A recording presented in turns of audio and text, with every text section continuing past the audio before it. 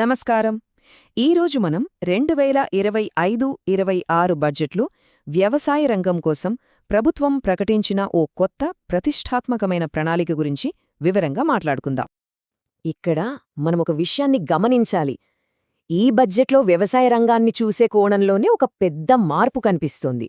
వ్యవసాయమంటే కేవలం మద్దతిచ్చే రంగం కాదు, మొత్తం దేశ ఆర్థిక వ్యవస్థను ముందుకు నడిపించే ఒక ప్రధాన ఇంజిన్గా మార్చాలన్నది ప్రభుత్వ లక్ష్యమన్నమాట. సరే, ఈ మొత్తం విజన్ను అర్థం చేసుకోవడానికి మనం 5 ముఖ్యమైన భాగాలను పరిశీలిద్దాం.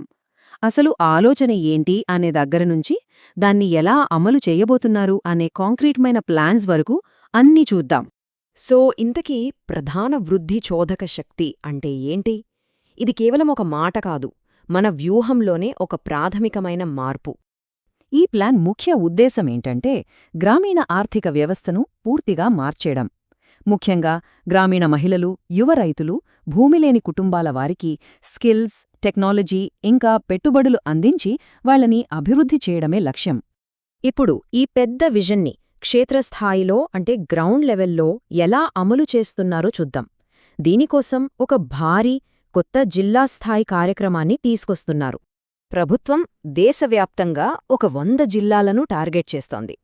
ఏ జిల్లాల్లో అయితే చారిత్రాత్మకంగా దిగుబడి తక్కువగా ఉందో, రుణ సౌకర్యాలు సరిగా లేవో అలాంటి జిల్లాలపై ప్రత్యేకంగా దృష్టి పెడుతున్నారు.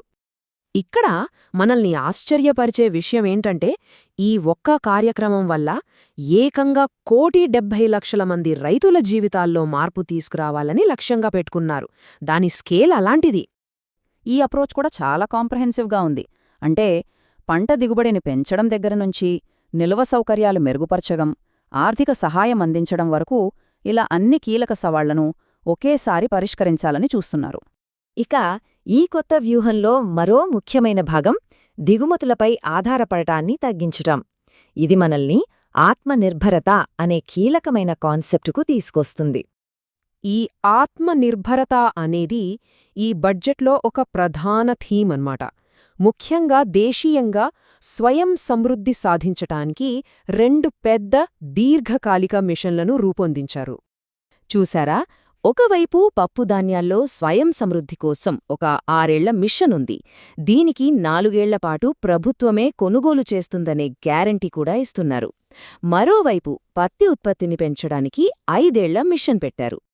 పత్తి విషయంలో ఈ 5F విజన్ అనేది చాలా ఆసక్తికరంగా ఉంది. అంటే ఫామ్ అంటే పొలం దగ్గర మొదలుపెట్టి దాన్ని ఫైబర్గా, తర్వాత ఫ్యాక్టరీలో వస్త్రాలుగా, అక్కడ్నుంచి ఫ్యాషన్ ప్రపంచంలోకి, చివరికి ఫారెన్ అంటే విదేశీ మార్కెట్లకు ఎగుమతి చేయడం, ఇలా మొత్తం సప్లై చైన్ని బలోపేతం చేయడమే దీని ఉద్దేశం. ఈ బడ్జెట్ కేవలం మనకు తెలిసిన ప్రధాన పంటలకే పరిమితం అవ్వట్లేదు. మంచి వృద్ధి సామర్థ్యం ఉన్న కొత్త, అధిక విలువున్న రంగాలపై కూడా పెట్టుబడులు పెడుతోంది. ఉదాహరణకి మఖానా లేదా ఫాక్స్నట్స్. దీనికి మార్కెట్లో మంచి డిమాండ్ ఉంది. సో దీని మరింత ప్రోత్సహించడానికి బీహార్లో ప్రత్యేకంగా ఒక మఖానా బోర్డును ఏర్పాటు చేయబోతున్నారు. ఇక రెండోది బ్లూ ఎకానమీ లేదా నీలి ఆర్థిక వ్యవస్థ. చేపల ఉత్పత్తిలో భారతదేశం ఇప్పటికే ప్రపంచంలో 2వ స్థానంలో ఉంది. ఇప్పుడు ఈ బలాన్ని మరింత పెంచుకోవాలని చూస్తున్నారు. ప్రస్తుతం మన సముద్ర ఉత్పత్తుల ఎగుమతుల విలువ సుమారు 60,000 కోట్ల రూపాయలు. దీనికోసం మన దేశపు విస్తారమైన సముద్రతీర ప్రాంతాల్లో సుస్థిరమైన చేపల పెంపకాన్ని ప్రోత్సహించడానికి ఒక కొత్త ఫ్రేమ్వర్క్ను తీసుకువస్తున్నారు. ముఖ్యంగా అండమాన్ నికోబార్, లక్షద్వీప్ వంటి దీవులపై ప్రత్యేక దృష్టి పెడుతున్నారు. సరే, ఇన్ని ప్రతిష్ఠాత్మకమైన ప్రణాళికలు వేశారు కదా, వీటన్నింటికీ పునాది ఏంటి? ఇవన్నీ దేని ఆధారంగా విజయవంతమవుతాయి? చివరి విభాగంలో మనం ఈ సపోర్ట్ సిస్టమ్ గురించే మాట్లాడుకుందాం. మొదటిది టెక్నాలజీ. అధునాతన విత్తనాల కోసం ఒక జాతీయ మిషన్ను ప్రారంభిస్తున్నారు. వాతావరణ మార్పులను తట్టుకునే, అధిక దిగుబడినిచ్చే 100కు పైగా కొత్త విత్తన రకాలను అభివృద్ధి చేయడమే దీని లక్ష్యం. రెండవది ఇండస్ట్రీ. రైతులకు అత్యంత కీలకమైన ఎరువుల కొరత లేకుండా చూడ్డానికి అస్సాంలో కొత్త యూరియా ప్లాంట్ను ఏర్పాటు చేస్తున్నారు. ఇది మన దేశీయ భద్రతను కూడా పెంచుతుంది.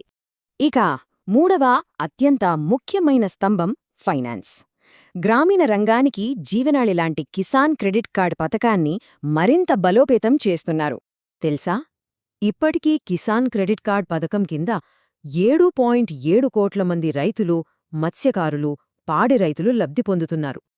ఇప్పుడు ఇందులో అత్యంత కీలకమైన మార్పు ఏంటంటే రుణ పరిమితిని 3 లక్షల నుంచి ఏకంగా 5 లక్షల రూపాయలకు పెంచుతున్నారు. దీనివల్ల రైతుల చేతికి మరింత వర్కింగ్ క్యాపిటల్ అంది వాళ్లు పెట్టుబడులు పెట్టడానికి చాలా సులభమవుతుంది. చూశారుగా, ఈ బడ్జెట్ వ్యవసాయ రంగానికి ఒక స్పష్టమైన రోడ్ మ్యాప్ను చూపిస్తోంది. జిల్లా స్థాయి కార్యక్రమాల నుంచి జాతీయ మిషన్ల వరకు అన్ని ముక్కలు ఒకచోట పెడుతున్నారు. సో ఈ సమగ్ర వ్యూహం అమలులోకి వచ్చాక భారత వ్యవసాయ రంగం వేయబోయే తదుపరి పెద్ద అడుగు ఏమై ఉంటుందని మనం ఆలోచించాల్సి ఉంది.